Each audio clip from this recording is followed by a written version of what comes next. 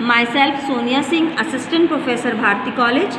आज मैं आपके सामने जो सिल्क हमारा हम लोग जिसको यूज़ करते हैं इन द सर्जिकल प्रोडक्ट्स उसके बारे में आपको डिस्कस करने जा रही हूँ कि सिल्क हमारा क्या होता है। जो हमारा सिल्क है इसको हम लोग थ्रेड के अंदर पढ़ते हैं कि हमारे जो थ्रेड लाइक स्ट्रक्चर्स होते हैं, फाइबर्स होते हैं, ये उसके अंदर आता है। तो सिल्क हमारा कौन सी कैटेगरी की ड्रग है?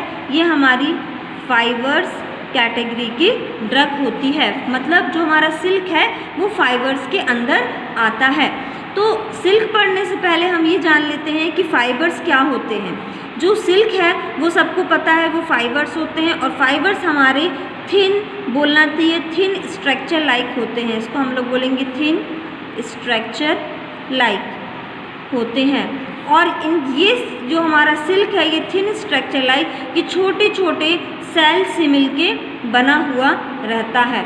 और इसका यूज़ हम लोग कहाँ करते हैं? सर्जिकल प्रोडक्ट्स में। जितने भी सर्जिकल स्विचर्स ये सारे बनते हैं उसमें हम लोग सिल्क का यूज़ करते हैं। तो हम लोग आज सबसे पहले इसमें पढ़ेंगे इसका बायोलॉजिकल सोर्स, कि सिल्क का जो हम लोग का बायोलॉजिकल सोर्स है वो क्या होता है। तो सिल्क जो हमारा है ये सबको पता है, ये एक स्पीसीज से मिलता है जिसका नाम है कोकून्स ऑफ बोम्बायक्स मोरी। ये इसका बायोलॉजिकल सोर्स है। मतलब ये एक हमको किसी स्पीसीज से मिलता है कोकून्स की, जिसको हम लोग बोलते हैं बोम्बायक्स मैरी। इसका अगर हम लोग फैमिली के बारे में बात करें कि इसकी फैमिली क्या होती है, तो इसकी फैमिली जो होती है इसको हम लोग बोलते हैं एंथ्रेसी ना। ये एंथ्रेसी फैमिली को बिलोंग करता है। या फिर हम लोग इसको बोलें बॉम्बिया, जो इसका बॉटनिकल नेम है बॉम्बीसाइडेई।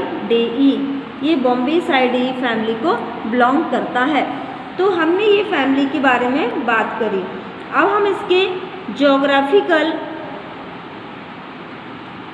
जोग्राफिकल सोर्स के बारे में पढ़ेंगे कि इसका जोग्राफिकल सोर्स क्या होता है।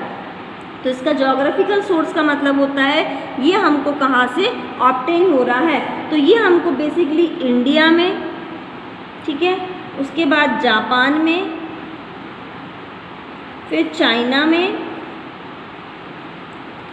एंड इटली में और भी बहुत सारे देशों में इसका जोग्राफिकल सोर्स है। मतलब ये हमको यहाँ से मिलता है। ये इसका जोग्राफिकल सोर्स के बारे में बात होगी। अब हम लोग बात करेंगे इसके कल्टीवेशन, कलेक्शन एंड प्रिपरेशन की। इसकी अगर हम लोग कल्टीवेशन की बात करें या फिर इसकी कलेक्शन की बात करें, कल्टीवेशन मतलब ये कैसे होता है, कलेक्शन मतलब हम इसको कैसे कलेक्ट करते हैं और फिर इसको कैसे प्रिपेयर करते हैं, प्रिपरेशन मतलब कैसे इसको हम लोग बनाते हैं। तो that is known as cultivation, collection and preparation. तो हमारा जो एक सिल्क है ये हमको कैसे ऑब्टेन होता है? ये सेरीकल्चर एक मेथड होती है, सेरीकल्चर। इस मेथड के थ्रू, या फिर हम लोग इसको टेक्निक भी बोल सकते हैं, इस टेक्निक के थ्रू ये हम लोग बनाते हैं। तो इसमें क्या होता है, जो डोमेस्टिक सिल्क वॉर्म्स होते हैं किसकी हेल्प से? सिल्क वॉर्म्स की हेल्प से हम लोग इसको क्या करते हैं? बनाते हैं। ये वॉर्म्स क्या करते हैं? फ्रॉम एग ऑफ कोकून, इसमें क्या होता है, जो एग होते हैं from egg to cocoon stage and production of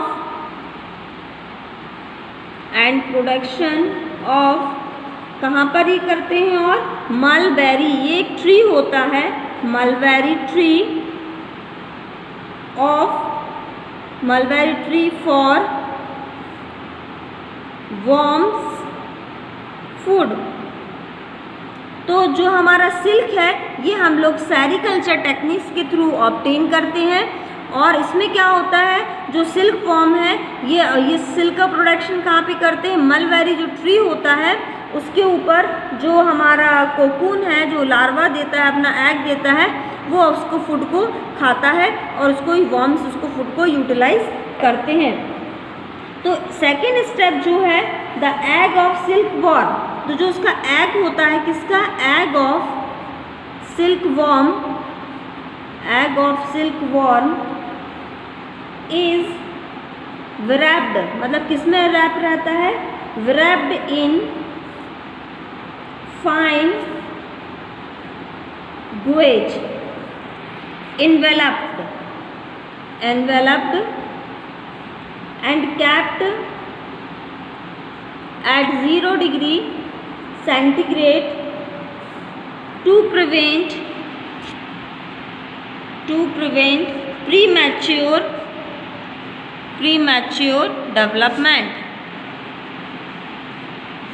development. इसमें क्या होता है कि हम इसके एग को, किसके एग को, सिल्क वॉर्म के एग को हम लोग रैप करके रखते हैं, ताकि कितने डिग्री टेम्परेचर पे, 0 डिग्री टेम्परेचर पे, ताकि इसका क्या ना हो, इसका प्री मैच्योर ना हो, मतलब प्री मैच्योर इसका बर्थ ना हो, इसी के कारण।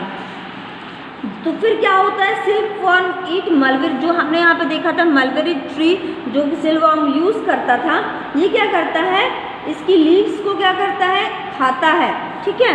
तो ये जो मलबेरी ट्री है, द सिल्क वॉर्म क्या करते हैं, सिल्क वॉर्म्स ईट करते हैं किसको, मलबेरी लीव्स को, ठीक है, इसको ईट करते हैं। एंड इन 4 to 5 weeks, 4 से 5 weeks they attend there full size, 4 से 5 वीक बाद क्या होता है, दे अटेंड फुल साइज में ये कन्वर्ट हो जाते हैं। Before silk worm possess from larva stage it secrets ovum cocoon around its egg, जब इनका लार्वा का स्टेज आता है, before silk worm possess larva, before silk worms passes from larva or caterpillar to pupal stage, it secretes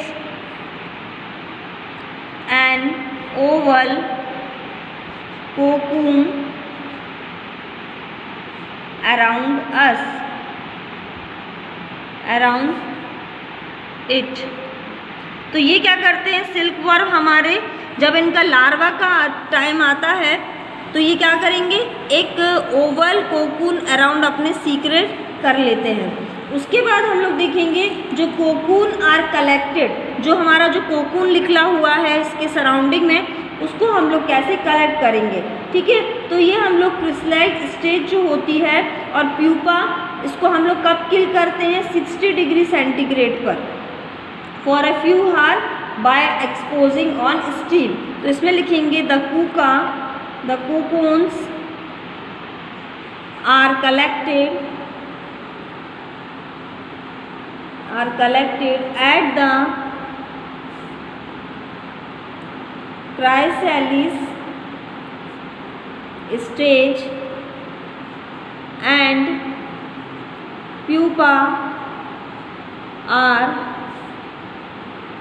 killed by heating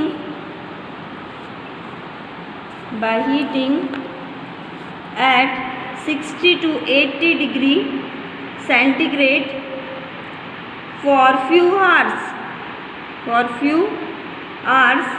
by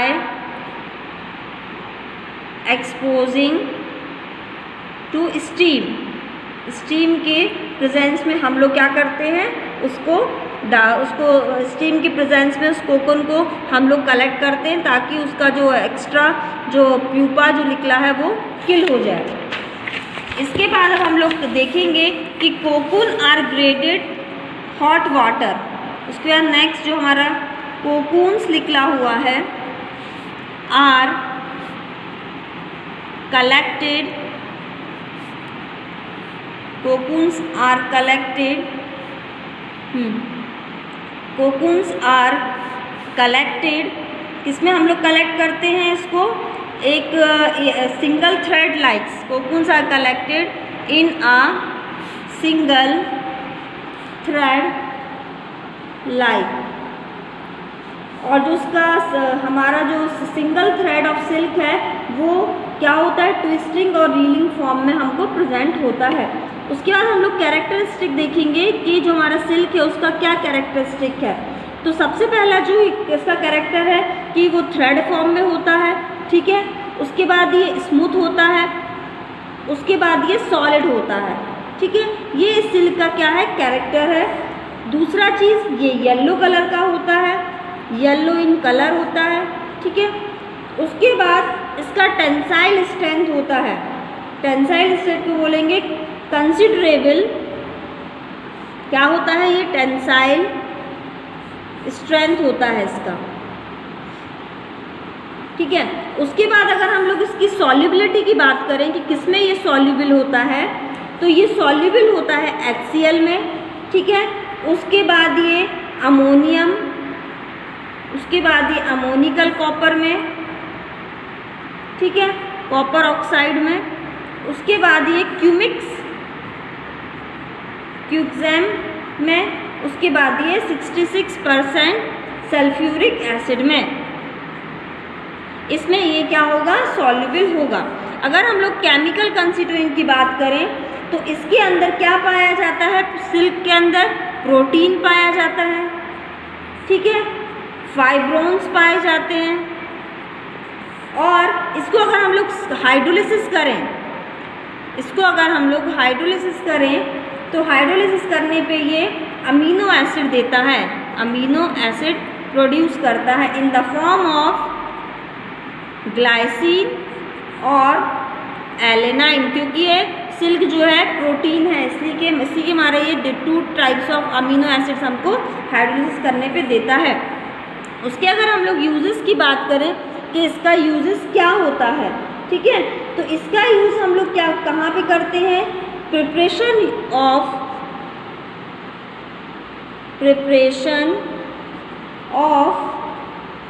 लिगेचर्स and sieves,